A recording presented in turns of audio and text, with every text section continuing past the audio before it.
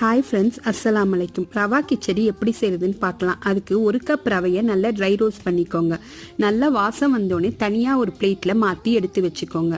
அதே கடாயில் தேவையான அளவு எண்ணெய் ஊற்றி 1/2 டீஸ்பூன் கடுகு, 1 டீஸ்பூன் ஊற வச்ச கடலைப்பருப்பு, 1 கொத்து கருவேப்பிலை, 2 வெங்காயம், 3 பச்சை மிளகாய் எல்லாத்தையும் ஆட் பண்ணி வதக்கிக்கோங்க. ஒரு தக்காளியும் ஆட் பண்ணிட்டு தேவையான அளவு உப்பு போட்டு நல்லா மிக்ஸ் பண்ணுங்க. உங்களுக்கு விருப்பமான காய்கறிகளை ஆட் பண்ணிக்கோங்க. நான் இங்கே கேரட், பீன்ஸ், பட்டாணி எடுத்திருக்கேன். நல்லா மிக்ஸ் பண்ணிட்டு 1/4 டீஸ்பூன் மஞ்சத்தூள், 1/2 டீஸ்பூன் மிளகாத்தூள் போட்டு ஒரு வாட்டி மிக்ஸ் பண்ணுங்க.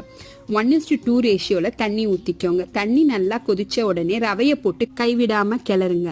ரவை நல்லா திக்கன் ஆகி வரும்போது மூடி போட்டு ஒரு 5 மினிட்ஸ் லோ ஃப்ளேமில் வச்சுருங்க. 5 மினிட்ஸ் கழிச்சு நமக்கு சூப்பரான ரவா கிச்சடி ரெடி. இதில் நான் ஹாஃபை எடுத்துட்டு மிச்சத்தில் நெய்யை ஊற்றி ஒரு வாட்டி கிளறி கிட்ஸுக்கு கொடுத்தேன். சாம்பார் சட்னி கூட சர்வ் பண்ணலாம்.